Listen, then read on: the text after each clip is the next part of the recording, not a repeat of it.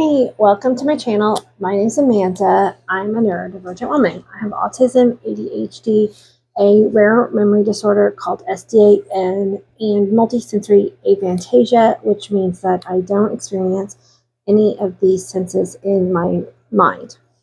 I haven't done a video on that in a while, it feels like. Maybe I have. I don't know. Memory disorder. Uh, um, anyway, that was a random tangent. I do talk about all of these things on my channel, and I have a couple different playlists too if you're interested in one topic specifically, although it's one brain, so a lot of them kind of overlap and interlap. Today, I wanted to talk about something called body doubling. I know it's primarily talked around in the ADHD community. I'm not sure as much about autism, but there's so many autistic people who also have ADHD, so I think it could be useful for both communities. But so body doubling. So what body doubling is, it's having another person, sometimes a pet, and sometimes even for some people, stuffed animals work. I don't think a stuffed animal would work for me because I don't tend to personify my stuffed animals as much as some other people do. Like, I know my kids, their stuffed animals have just more empathy and feelings towards them. Hold on, I gotta show you. My husband did buy me this dragon that I named Kitty, and he's been in a couple of my videos, and I do really, really love this stuffed animal. But again, I don't give it enough of a personality that I think it would work in this body doubling context. So basically, a body double is somebody who sits with a person, again, can be a pet, while the ADHD person does a task. And they aren't there to help the person, they aren't there to keep that person on task.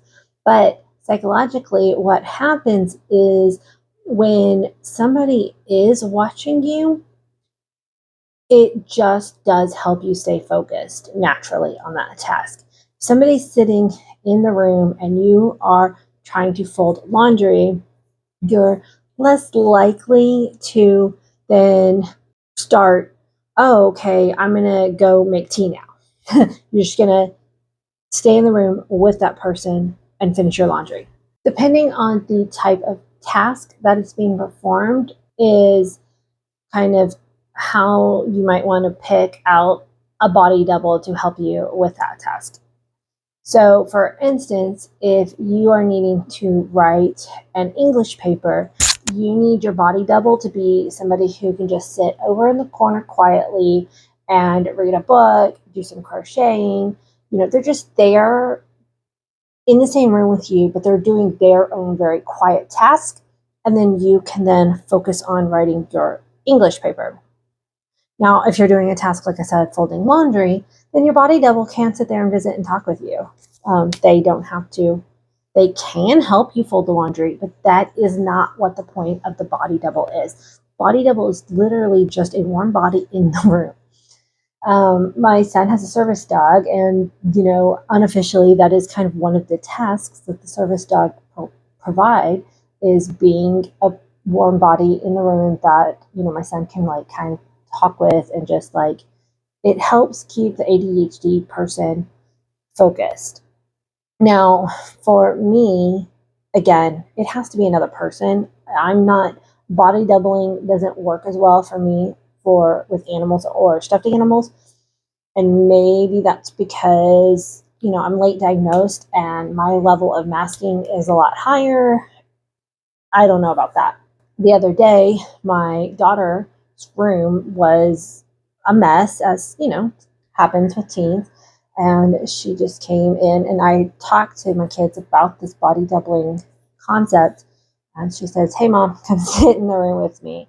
So I just sat on her bed, and we talked while she cleaned her entire room in like 15-20 minutes. So if you are struggling around a task, if you can find somebody in your life to help do this body doubling, and here's a couple other ideas. It doesn't have to be in person. So if you can set up a Zoom call or a phone call, sometimes, might be able to work too. My sister often will call me and I will talk to her on the phone while she's doing dishes. That's another way to do body doubling. And there's actually YouTube channels where somebody is cleaning their living room, and they've got the camera set up and they're like cleaning their kitchen or cleaning their bathroom. And just having that video going of somebody doing the same task that you're trying to do. So if you need to clean your bathroom, you can search YouTube and find somebody cleaning their bathroom and have that video playing. And so if you don't have access to another person to be able to body double with, because, let's face it, there's a lot of people who live alone, or, their spouse just doesn't want to sit with them while they're cleaning the bathroom or whatever. Being able to use resources like YouTube as a tool can also kind of do that brain trick to help you complete a task. So I'm going to keep this video simple and short. I'm still on my processing journey. There are days that I'm regulated and everything is just so great. Sometimes it's moments.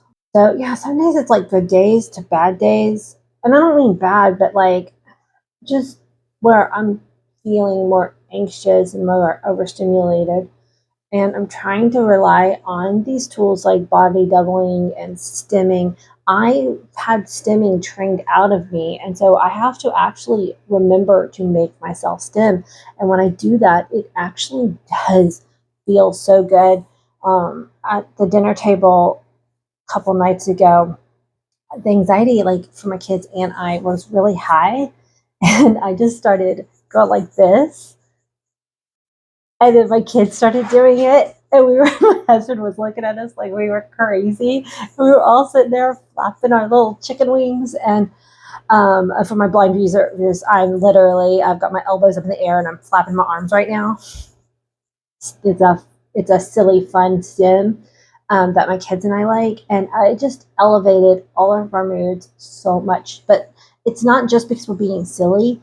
The actual physical movement, like, release, like right now I can just feel it's just a release of tension and anxiety. So all of these tools, stimming and body doubling and fidget toys, which is a form of stimming, just are important ways to keep learning on how to accommodate ourselves during this journey of what it means to be autistic and ADHD. So thank you for watching, and until the next one, guys. Bye.